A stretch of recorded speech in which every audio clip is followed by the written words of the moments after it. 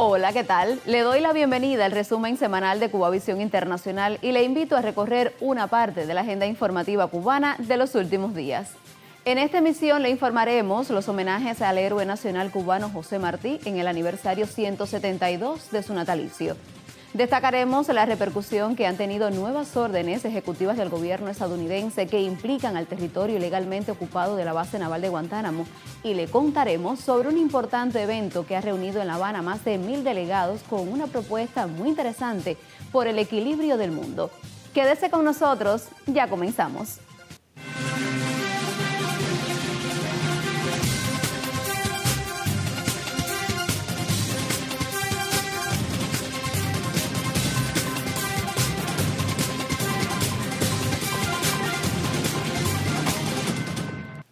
En conmemoración del 172 aniversario del natalicio del héroe nacional cubano José Martí, la juventud y el pueblo se unieron para revivir la emblemática marcha de la generación del centenario, un hito en la historia que tuvo lugar hace 72 años. Bajo el lema "Un fuego siempre joven", los participantes recorrieron el tradicional trayecto desde la escalinata de la Universidad de La Habana hasta la Fragua Martiana, un lugar significativo donde el joven Martí vivió momentos de gran sacrificio por su amor a la patria. En la capital, la histórica Marcha de las Antorchas iluminó las calles, recordando al mundo la vigencia de las ideas del apóstol, su profundo amor por la patria y el impacto de su ejemplo que sigue inspirando a nuevas generaciones de cubanos. La marcha contó con la presencia de destacados líderes cubanos, entre ellos el general de ejército Raúl Castro Ruz, el presidente Miguel Díaz-Canel, el comandante de la Revolución Ramiro Valdés Menéndez y el comandante del ejército rebelde José Ramón Machado Ventura, así como otros ministros y autoridades del gobierno. También se sumaron otros líderes cubanos, miembros de la Federación Estudiantil Universitaria FEU, de la Unión de Jóvenes Comunistas UJC, activistas solidarios del mundo y delegados cubanos y extranjeros que participaban en la quinta Conferencia Internacional por el Equilibrio del Mundo, un espacio de diálogo sobre problemáticas globales desde una perspectiva ética inspirada en el pensamiento martiano. El evento comenzó con un emotivo homenaje a los mártires universitarios cubanos y con la música de Annie Garcés. Para regresar a José Martí, a su obra hermosa y vital a la luz de todos los tiempos, las nuevas generaciones de toda Cuba volvieron a protagonizar el desfile martiano, una de las actividades más esperadas cada año en las instituciones docentes. Justo cuando se celebró el aniversario 172 del natalicio del apóstol, este 28 de enero, niñas y niños colmaron las calles vestidos de los personajes de la Edad de Oro, los versos sencillos y otros disfraces que recordaban al apóstol. Martí es universal y no debe pensarse un programa cultural o una acción sin su palabra, su estatura y la manera que tiene de ofrecerle al mundo una visión de transformación permanente, sobre todo para las nuevas generaciones de cubanos, para quienes los valores contenidos en su pensamiento son indispensables. La sexta edición de la Conferencia Internacional por el Equilibrio del Mundo se desarrolló entre el 28 y el 31 de enero. Desde el Palacio de las Convenciones de La Habana, más de 900 delegados de 93 países confluyeron en la idea del diálogo de civilizaciones y el fomento de la cultura de la paz. José Martí a lo largo de los años se ha consolidado como una figura de talla universal y la sexta edición de la Conferencia Internacional por el Equilibrio del Mundo lo ha confirmado. Martí ha vuelto a ser pretexto para hablar de diálogo, civilizaciones, cultura y paz. Desde la inauguración, que contó con la presencia de las máximas autoridades de Cuba y las palabras enviadas por su santidad el Papa Francisco, el evento se centró en promover la cultura de paz. 12 salas dedicadas al intercambio utilizando a José Martí de referente. Y yo creo que esto es una enseñanza para los cubanos de hoy. Es una mezcla de humildad con sencillez, de entregar sin esperar recibir, de respetar siempre a los otros. Ahí están esas cartas de él a muchos de estos patriotas que están demostrando ese respeto de él por todos aquellos que algo entregaron, que algo hicieron para levantar a Cuba del fin del dominio colonial español y de abrirse a un país diferente que a su vez contribuyera de manera decisiva a evitar la expansión de los Estados Unidos. Yo creo que ahí está esa eternidad de Martí. Sin duda Martí, y no, es un sano orgullo cubano, pero creo que Martí es un hombre realmente de esos excepcionales, como pocos ha habido en la humanidad. Conocí a Martí a la edad de 9 años. Cayó un libro en mis manos, La Edad de Oro, una edición ya casi deshaciéndose. Lo presté en la escuela, lo leí y a partir de ahí empieza como algo especial, toca Martí en mí, ¿no? Y Martí se vuelve un referente. Y él es el culpable, digo yo, o él es el artífice de esa conciencia humanista. Y eso me hizo pensar de que yo podía ser maestro y estudié educación. Y eso me ha permitido también conocer más a Cuba. Porque Martí es uno de los paladines más grandes de la libertad, sobre todo para la humanidad y sobre todo lo que tiene que ver con Cuba y Puerto Rico. Martí, fundador del Partido Revolucionario Cubano, donde muchos puertorriqueños fueron a participar de la gesta de Martí, que han estado relacionados con Cuba desde el siglo XIX y desde antes. Así que Martí, Hostos, Albizu, todo el que ha luchado por la libertad, sobre todo desde el siglo XIX, desde las dos Antillas, que estamos unidas desde el 1868.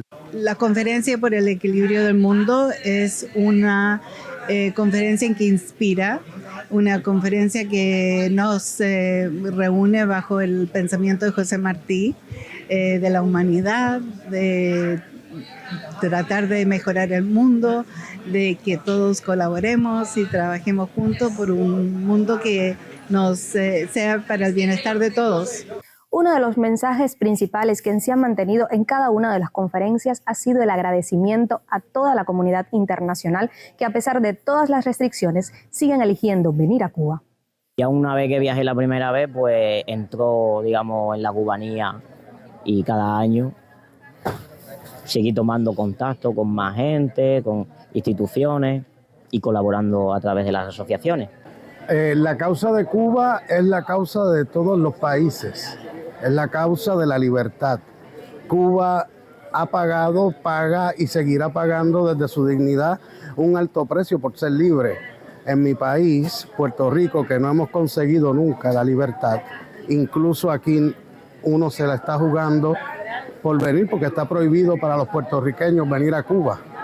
Entonces nosotros nos hacemos de nuestros propios medios para poder participar de una actividad internacional como esta. En Cuba, la gente, el pueblo, tiene que saber que no está sola, que nosotros queremos hacer mucho trabajo con el Blocus.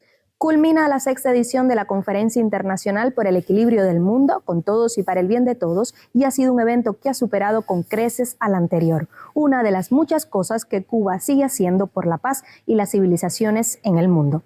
Esto ha sido un reporte de Cintia Ibatao Ruiz para Resumen Semanal. El primer secretario del Comité Central del Partido y presidente de la República de Cuba, Miguel Díaz-Canel Bermúdez, fue galardonado con la Orden del Patriarca Ecuménico Bartolomeo Estrella en reconocimiento al apoyo que el Estado cubano ha brindado a la Iglesia Ortodoxa Griega. Hasta la Sacra Catedral Ortodoxa Griega San Nicolás de Mira, consagrada hace 2 décadas en el centro histórico habanero, llegó el jefe de Estado, donde fue recibido por el representante del Patriarcado Ecuménico de visita en Cuba, el arzobispo de Australia de la Iglesia Ortodoxa Griega, su eminencia Macarios. La distinción recibida por el presidente cubano, al decir de la autoridad eclesial, es un reconocimiento por la colaboración de la revolución con el Patriarcado de Constantinopla en acoger con beneplácito hace 20 años este templo de arquitectura bizantina. En sus palabras, su eminencia Macarios destacó que Cuba es una isla ecuménica donde se respira el respeto por la diversidad religiosa y dijo estar seguro que nuestro pueblo saldrá adelante. Y Cuba είναι ένας τόπος οικουμενικός. Cuba es un lugar de ecumenismo.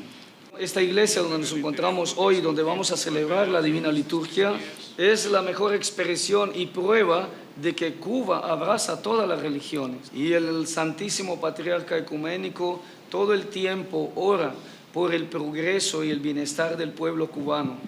Y de parte de mí quiero expresar un enorme agradecimiento porque durante estos días he recibido tanto amor, tanta acogida, tanta hospitalidad y tanto calor de parte del pueblo de Cuba. Η Κούβα προχωρεί μπροστά. Cuba avanza hacia adelante. Και κανείς δεν μπορεί να τη σταματήσει. Y nadie podrá detenerla. γιατί έχετε την ευλογία του Θεού. Porque tiene la bendición de Dios. Και όταν κάποιος έχει την ευλογία του Θεού δεν φοβάται τίποτα. Y cuando alguien tiene la bendición no tiene nada que temer. Por su parte, Díaz-Canel agradeció la posición histórica del patriarcado en contra de las medidas coercitivas contra la mayor de las Antillas y recordó el histórico encuentro entre Fidel y su toda santidad Bartolomeo, al igual que rememoró las coincidencias de principios entre la Revolución cubana y el patriarcado ecuménico en temas como la coexistencia pacífica y la protección del medio ambiente. Y hoy, cuando llevamos 20 años en esta relación, podemos sentir que entre el pueblo cubano y la Iglesia Ortodoxa griega hay corazones unidos que expresan voluntad, que expresan decencia, que expresan sabiduría, que expresan esperanza y también seguridad. Hay una amistad indestructible, hay un amor recíproco en nuestras relaciones, juntos compartimos valores como la lucha contra la violencia, por la paz, contra las guerras y también porque el mundo sea mejor, porque se respete el medio ambiente y porque pueda triunfar también los postulados de la ecología. Tras la entrega de la Orden del Patriarca Estrella, el jefe de Estado cubano se tomó una foto oficial en la tarja que recuerda la entrega de la llave de la Sacra Catedral entre el comandante en jefe y su toda santidad. El análisis de la implementación del programa de gobierno para corregir distorsiones y reimpulsar la economía centró la agenda de sesión ordinaria del Consejo de Estado. Los integrantes de este órgano aprobaron el plan anual de temas para las reuniones del Consejo de Estado para el 2025. Además, se informó sobre el sistema de trabajo de la Asamblea Nacional del Poder Popular, el cual tiene como finalidad incrementar el vínculo de estos órganos con la población y los municipios. Con la presencia de Esteban Lazo Hernández, presidente de la Asamblea Nacional del Poder Popular, y el desafío de perfeccionar la actividad del sistema de tribunales en el país, se realizó esta semana la ceremonia de apertura del año judicial 2025 en la sede del Tribunal Supremo Popular de Cuba. El 2025 será un año en el que los integrantes del sistema de tribunales del país continuarán la compleja misión de impartir justicia en nombre del pueblo, con la mejora de los resultados en los indicadores de calidad de la actividad judicial, sobre todo la reducción de las demoras en la tramitación y solución de los asuntos. Así lo expresó Rubén Remigio Ferro, presidente del Tribunal Supremo Popular, al enumerar las proyecciones definidas por su Consejo de Gobierno durante la ceremonia de apertura del año judicial 2025. Gestionar y garantizar la captación, permanencia, cohesión, armonía, motivación y preparación efectiva del personal de la institución. Consolidar el trabajo del sistema de control, influencia y atención a las personas que cumplen sanciones penales en libertad. 2024 fue un año de inconvenientes y obstáculos también para los tribunales, pero los integrantes de este órgano en todas las instancias honraron su misión como servidores públicos. El empeño de los juristas hizo posible que los resultados en el país al cierre del año fueran más alentadores, tanto en la solución de asuntos tramitables como en lo referente a la ejecución y cumplimiento de las sentencias y resoluciones emitidas. El despliegue de la actividad judicial ha estado igualmente en correspondencia con las políticas públicas y pilares fundamentales de la gestión gubernamental basados en la comunicación social, la transformación digital y la ciencia e innovación. El Ministerio de Ciencia, Tecnología y Medio Ambiente aprobara al Tribunal Supremo y al sistema un programa sectorial de ciencia e innovación en el marco de la ciencia social, denominado Perfeccionamiento de la Justicia Judicial para contribuir al desarrollo de la sociedad en el siglo XXI. En la apertura del año judicial 2025 también se ponderó la unidad y acompañamiento logradas en este órgano, la superación profesional, el vínculo con las universidades y centros científicos y la creciente presencia de mujeres y jóvenes en los tribunales de justicia. Los jóvenes que decidimos ingresar a la judicatura lo hacemos motivados por la satisfacción que se siente cuando se trabaja por y para el pueblo, y en su nombre se le otorga a cada caso la solución que corresponde. Preservar una de las tantas virtudes sociales de las que nos preciamos cubanos y cubanas constituye desafío para los profesionales jurídicos de una nación donde reinan el orden, la legalidad y la armonía en las relaciones sociales. Valia Marquínez Sam, resumen semanal. El Ministerio de Finanzas y Precios anunció que el beneficio arancelario del pago del impuesto aduanero a la importación sin carácter comercial de alimentos, aseo, medicamentos e insumos médicos, plantas eléctricas por la vía de los pasajeros como equipaje acompañado sin límite de valor de importación se extiende hasta el 30 de abril de 2025. Las resoluciones que amparan estas determinaciones son las 27 y 28 del 28 de enero de 2025. Ambas del Ministro de Finanzas y Precios, publicadas en la Gaceta Oficial Extraordinaria número 2 del 29 de enero de 2025. Esta medida, con un impacto positivo para nuestra población, ha constituido una alternativa para la obtención de productos de primera necesidad que continúan siendo deficitarios en el país a partir del recrudecimiento del bloqueo económico, comercial y financiero impuesto por el gobierno de los Estados Unidos, los impactos negativos de la crisis económica global con el consecuente efecto inflacionario, así como las dificultades enfrentadas en el proceso de recuperación económica. Para la ampliación de estos beneficios se mantiene la condición de que los artículos clasificados como alimentos o aseo, así como los medicamentos e insumos médicos que se importen como parte del equipaje del pasajero, así como los envíos, se presentarán ante la aduana en bultos separados del resto de los productos. El presidente Donald Trump firmó un decreto que ordena al gobierno federal preparar la base naval de Estados Unidos en Guantánamo, Cuba, para albergar a decenas de miles de migrantes. Hoy también estoy firmando un decreto para instruir a los departamentos de Defensa y Seguridad Nacional a comenzar a preparar la instalación para 30,000 migrantes en Guantánamo, dijo Trump desde la Casa Blanca. La base naval de Guantánamo está enclavada en una porción de territorio ocupado a Cuba. Su reclusorio abrió en 2002 bajo el mandato del expresidente George W. Bush para retener acusados de terrorismo y es blanco de denuncias por violación de los derechos humanos. Cuba rechaza la decisión anunciada por el presidente de Estados Unidos de usar la base naval de Guantánamo para encarcelar a decenas de miles de migrantes que se ha propuesto expulsar forzosamente. El territorio donde se propone encerrarlos no pertenece a Estados Unidos. Es una porción del territorio de Cuba en la oriental provincia de Guantánamo que permanece militarmente ocupada de modo ilegal y contra la voluntad de la nación cubana. Minutos en resumen semanal para recibir a nuestro colega Miguel Ángel Cruz con los deportes. ¿Qué tal, Miguel? Gracias, Angélica. Saludos. Ya comenzamos el comentario deportivo. El equipo de béisbol de Las Tunas, con algunos refuerzos representando a Cuba, ha dejado mucho que desear. En esta ocasión, el escenario fue la primera Serie de las Américas efectuada en Nicaragua. Una y otra vez se repite la historia al valorar los resultados de un seleccionado cubano en cualquier nivel. Seguimos arrastrando decepciones. Las derrotas duelen en el fondo del corazón de los fanáticos. La herida se profundiza aún más cuando llegan de manera decepcionante ante rivales de poca trayectoria en este deporte, aunque hayan desarrollado sus habilidades y perfeccionado su técnica. Pero más allá de analizar derrotas y victorias, más bien nos volvemos a quedar con el sabor amargo, anhelando aquellos torneos donde nuestro equipo imponía respeto desde el primer inning. Sin muchas palabras rebuscadas y para decirlo por su nombre, este es el verdadero nivel de la pelota en Cuba, plagada de carencias, carente de un cronograma competitivo estable y también escasez de juegos en todas sus categorías.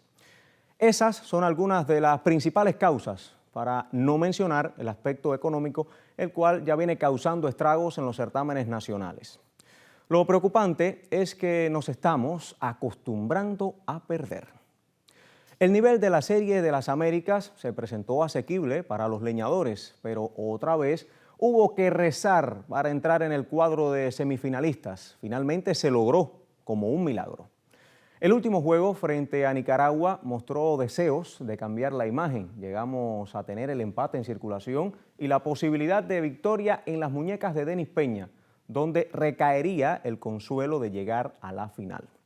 Sin embargo, quedó allí, en solo el deseo. La próxima cita de este torneo será en Panamá 2026 y para ese entonces se espera asistan hasta 8 equipos. Realmente es una competencia muy necesaria, la cual llegó para quedarse. Ahí estaremos con el próximo campeón de la Serie Nacional. Hace ya bastante tiempo nuestro equipo llega como nunca y se va como siempre. ¿Cómo le explicamos a un ferviente seguidor del béisbol cubano que no se vislumbra un resultado acorde con la tradición beisbolera de nuestro país? Que no hay, por el momento, estrategia sólida para frenar el éxodo de las categorías pequeñas por la falta de campeonatos duraderos y por la nula motivación de permanecer en ellos. Amigos, somos cubanos, donde el béisbol es oxígeno para los aficionados y no perdona un resultado que no sea la medalla de oro. Pero nos acostumbramos a perder, o nos estamos acostumbrando a perder, y eso, en términos beisboleros, es un ponche con las bases llenas en el noveno. Punto final a nuestro comentario. Hasta la próxima.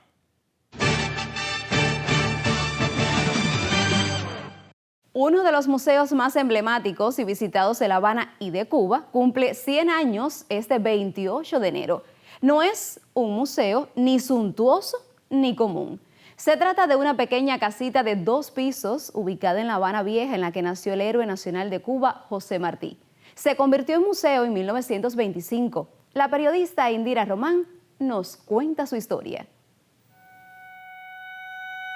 Hasta en el lugar más desconocido del mundo es posible hallar a una persona que conozca algún verso de José Martí o parte de su vida. Más de un busto o un museo hablan de su legado, ya sea en Estados Unidos, España, México o Matanzas y Santiago de Cuba.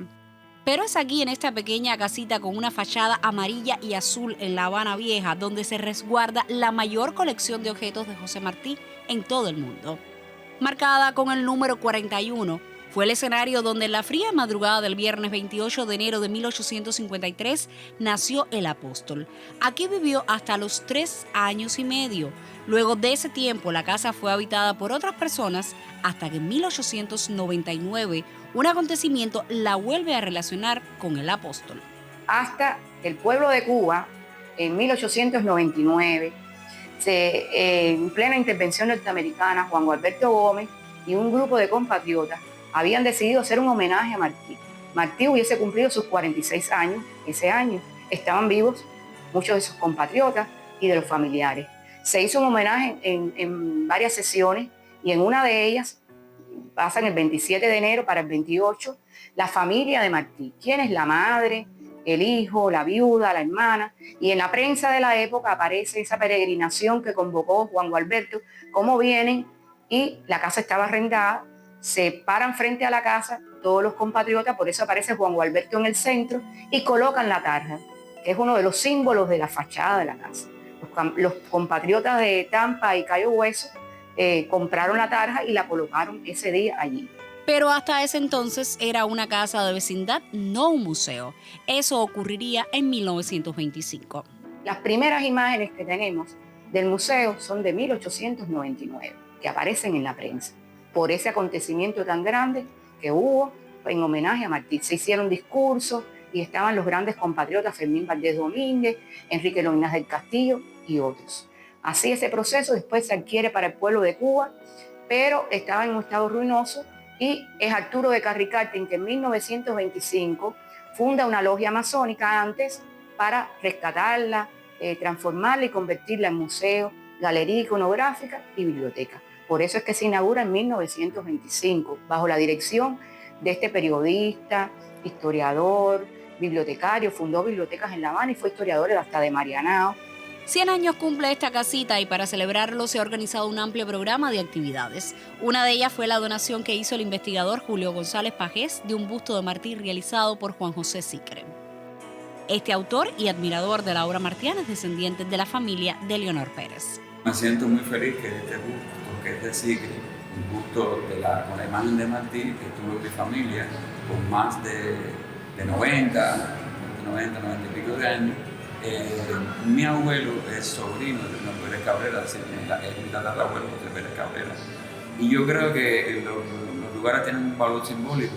Y este año la casa natal cumple 100 años y la directora se había acercado a mí, a Rochi y a Meneiro, porque tenemos aquí un proyecto de fomento de la lectura para niños y niñas que se llama Corazón Feliz. Y queríamos hacer algo importante, son 100 años, ¿no? Y convencí a la familia que donde mejor podía estar la escultura de forma permanente era en la casa natal. Hay aquí piezas muy curiosas y hasta emotivas. Por ejemplo, esta trenza que le fue cortada al joven Martí cuando tenía 4 años, y aunque no hay fotos que muestren una imagen del niño con ella, varios documentos así lo confirman. Hay fotos, escritos y entre lo más valioso está esta escarapela con una historia fascinante. Es una escarapela que había pertenecido a Céspedes, aunque hay otras de Céspedes, inclusive en el museo, en la casa natal de Carlos Manuel de Céspedes en Bayamo. Pero esta, Martí la tenía el día que cayó en combate. Martí la adquirió por Fernando Figueredo Socarrás, que era colaborador de Céspedes y también de Martí en la preparación de la guerra necesaria, y la llevaba entre sus cosas preciadas. Y muchos de los que llegan aquí se asombran ante la exhibición de piezas que tenía Martí justo en el momento de su muerte. Es bien conocido que al estar su cuerpo sin vida fue despojado de ellos y fueron a parar a manos del controversial coronel español Jiménez Sandoval, pero que gracias a muchas gestiones hoy están en este sitio. Entre ellos se ubican las espuelas y un bolso. 100 años cumple el Museo Casa Natal de José Martí, el primer lugar al que debiera ir todo habitante de este archipiélago cuando se trata de conocer la historia del más universal de los cubanos.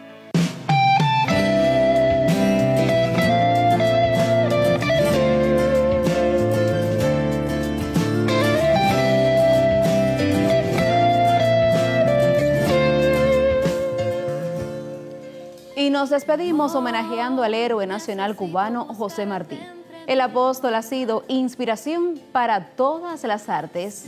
Gracias por acompañarnos. Recuerde que nos vemos la próxima semana. Hoy cultivo un sueño con la lira de tu verso y a veces solo me pregunto si podré.